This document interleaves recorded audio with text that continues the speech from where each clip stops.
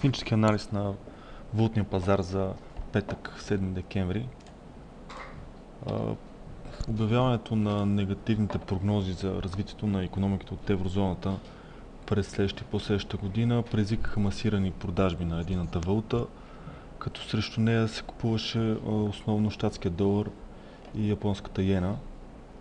На графиката на двойката евро-долар това нещо се отрази като потвърждение на динамичната съпротива през последните два върха.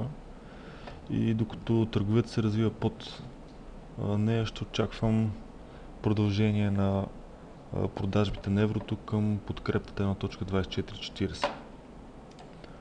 Британският паунд също беше продаден спрямо долара в по-малка степен, което на графиката виждаме като изход от възходящия ценови канал и тест на подкрепата 1.6050.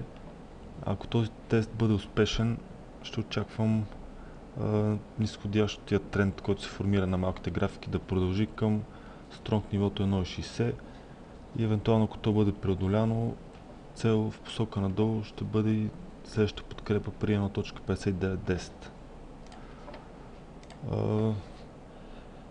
Покупките на долари бяха съпроводени с покупки на йени, така че на графиката долар-йена виждаме, че търговията се развива по-скоро на страни, като към момента се очертават горна и долна граница на това движение и пробива в една от двете посоки ще даде индикация за следващото насочено движение.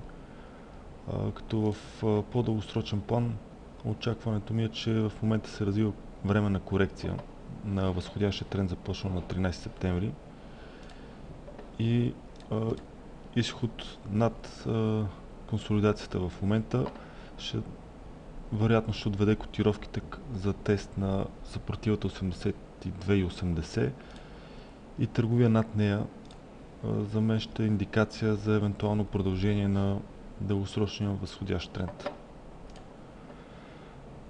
При двойката австралийски щатски долар също не видяхме голямо движение, тъй като в Австралия бяха обявени неочаквано добри данни за нивото на заетост и това, разбира се, доведе до поскъпване на австралийския долар спрямо на повечето валути, но йената и долара също така поскъпваха, заради което при тях нямаме голямо движение.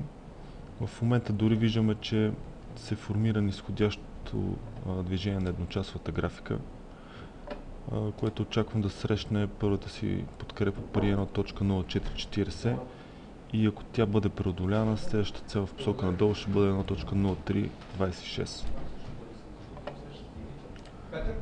Благодаря за вниманието, пожелавам ви успешен ден и приятна почивка през уикенда.